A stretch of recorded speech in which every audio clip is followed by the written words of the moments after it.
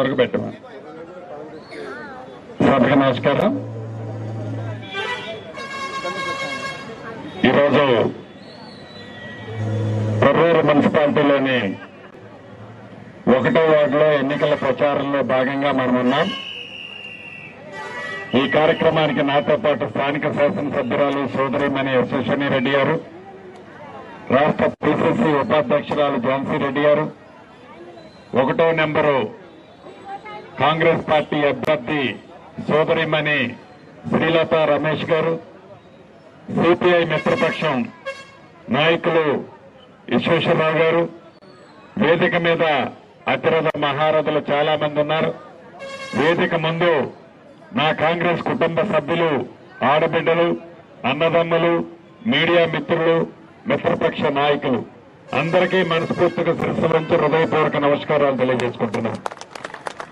ఫిబ్రవరి 11వ తారీఖు జరగబోయే కొర్రూరు మున్సిపల్ ఎన్నికల్లో 16 వార్డులకి 16 వార్డులు కాంగ్రెస్ పార్టీ అభ్యర్థుల్ని గెలిపించాలని ముందుగా మీ అందరినీ అభ్యర్థిస్తూ, ఈ గడిచిన 2 సంవత్సరాలలో ప్రజా ప్రభుత్వం, పేదోడి ప్రభుత్వం వచ్చిన తర్వాత గౌరవ ముఖ్యమంత్రి రేవంత్ రెడ్డి గారి నాయకత్వంలోని ఈ ప్రభుత్వం, మీ ప్రభుత్వం పేదలకు అండదండలుగా ఉంటూ పేదల సంక్షేమమే మా ఏజెండా అని అనేక సంక్షేమ కార్యక్రమాలు పేదవాడికి ఈ ప్రభుత్వం అందించింది.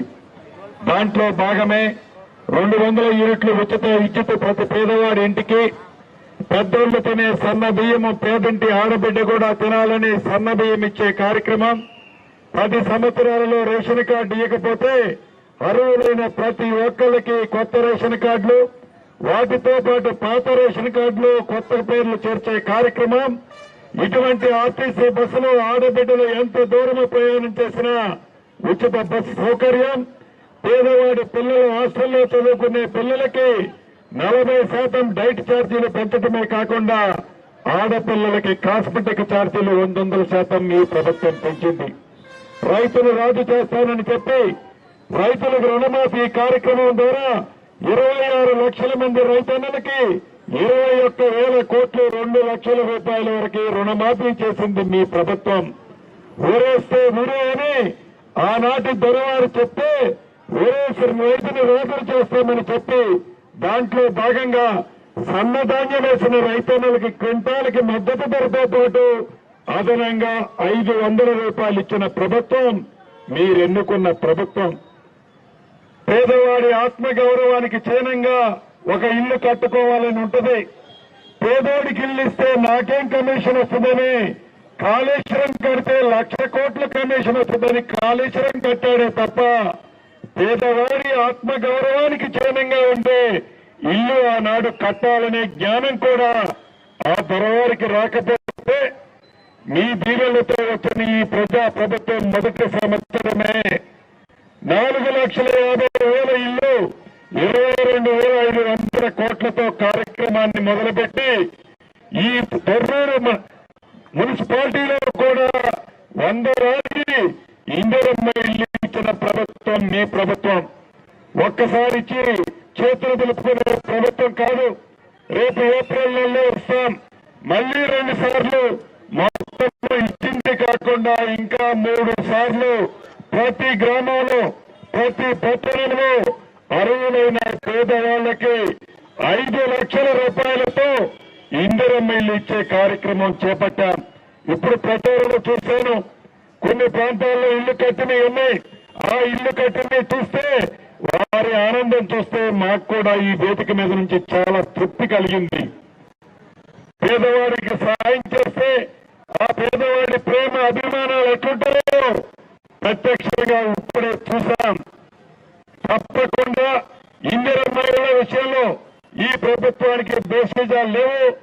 ఇందిరమ్మ ఇళ్ల శాఖ మంత్రిగా నేను చెప్తున్నాను, ఈ తొర్రూరుకి, ఈ నియోజకవర్గానికి ఇచ్చే కోట కంటే సోదరీమని అడిగినట్లు అదనంగా ఇందిరమ్మ ఇల్లు కూడా ఇచ్చే కార్యక్రమం చేపడతాం. అంతేకాదు, ఇందాక రమేష్ అడిగారు మంచినీళ్ళు ఇబ్బంది ఉందని. నిజం, పోయినసారి వచ్చినప్పుడు అక్కడ అడిగారు. మంచినీళ్ళే కాదు, రోడ్లే కాదు, డ్రైన్లు కూడా ఇబ్బంది అన్నమాట వాస్తవం. ఆనాడు ఉన్న మంత్రి ఆనాడు ధరలో కలిసి ఉన్న మంత్రి ఈ పట్టణాన్ని మర్చిపోయాడు. కేవలం తన స్వార్థం కోసమే పనిచేసుకున్నాడు. ఈ పట్టణంలో అభివృద్ధి లేదు. ఈ ప్రజా ప్రభుత్వంలో ఇందాక సోదరిమని చెప్పినట్లు చందాలకి దందాలకి స్థానం ఉండదు. స్థానికంగా ఉండే వ్యాపారస్తులకు ఒకటే మాట చెప్తున్నాను, ఈ ప్రభుత్వం ప్రజా ప్రభుత్వం, వ్యాపారస్తులకి పూర్తి భద్రత కల్పించే ప్రభుత్వం. ఏ రకమైన చందాలు దందాలు ఈ ప్రభుత్వంలో కూడా ఉండవని ఈ వేదిక ద్వారా ఈ పట్టణంలో ఉండే వ్యాపారస్తు వర్గాలందరికీ తెలియజేస్తున్నాను. అంతేకాదు సోదరిమని 2 విషయాలు అడిగింది. ఒకటి సబ్ రిజిస్ట్రార్ ఆఫీసు, రెండోది ఫైర్ స్టేషన్. ఈ 2 సబ్ రిజిస్ట్రార్ ఆఫీసు నా శాఖకు సంబంధించింది. దాన్ని ఇస్తాను అని అసెంబ్లీలో చెప్పాను. 100కి 100% sub registrar office, fire station కూడా ఈ టెర్రర్లో శాంక్షన్ చేసే బాధ్యత నాదే.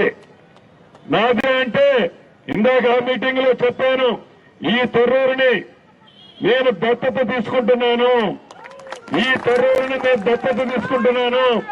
ఈ టెర్రర్లో అభివృద్ధి కార్యక్రమాలు ఎన్నికలైపోయిన తర్వాత అది ఎలక్ట్రికల్ పోల్స్ కానీ, మంచినీరు కానీ, రోడ్లు కానీ, డ్రైన్లు కానీ, మౌలిక వసతులు కానీ ప్రత్యేకంగా ఒక రోజు వచ్చి కూర్చొని అధికారులతో మాట్లాడి ప్రతి పనిని వడివడిగా పూర్తి చేసే బాధ్యత స్థానిక శాసనసభ్యురాలతో పాటు నాదే. కాబట్టి మీ దీవెనలు, మీ ఆశీస్సులు, స్థానిక శాసనసభ్యురాలు మీరెన్నుకున్న శాసనసభ్యురాలు, మంత్రి మీ దీవెనలతో ఉన్న వ్యక్తిని, ముఖ్యమంత్రి మీరెన్నుకున్న వ్యక్తి, పార్లమెంటు సభ్యులు మీరెన్నుకున్న వ్యక్తి. అంటే కింద నుంచి పై దాకా మీ గుండెల్లో ఉండే ఇందిరమ్మ పార్టీకి సంబంధించిన వ్యక్తులే. ఈ టెర్రర్లో కూడా 3 రంగుల జెండాని మీరందరూ 16కి 16 డివిజన్లు మంచి మెజారిటీతో గెలిపించి మంచి అద్భుతంగా ఈ జెండాని టెర్రూరు పట్టణం మీద రెపరెపలాడించాలని మనస్ఫూర్తిగా కోరుతూ, నా నియోజకవర్గానికి ఇక్కడ 35 నిమిషాల్లో వచ్చేస్తాను ఎప్పుడైనా రావాలన్నా.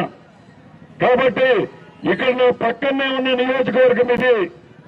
దయచేసి పూర్తి భద్రత, పూర్తి రక్షణ, చందాలు దందాలు లేని ఈ ప్రభుత్వం మీకు అండగా ఉంటుందని మీ అమూల్యమైన ఓటు హస్తం గుర్తు మీద వేసి అభివృద్ధిని మాకు వదిలేయండి. పెద్ద మనసుతో మమ్మల్ని దీవించండి.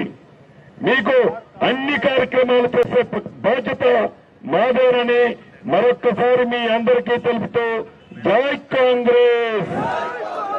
పెద్దగా వినపడాలి, పాత దొరికి వినపడాలి. ఇక్కడున్న పాత దొరికి జై కాంగ్రెస్, జై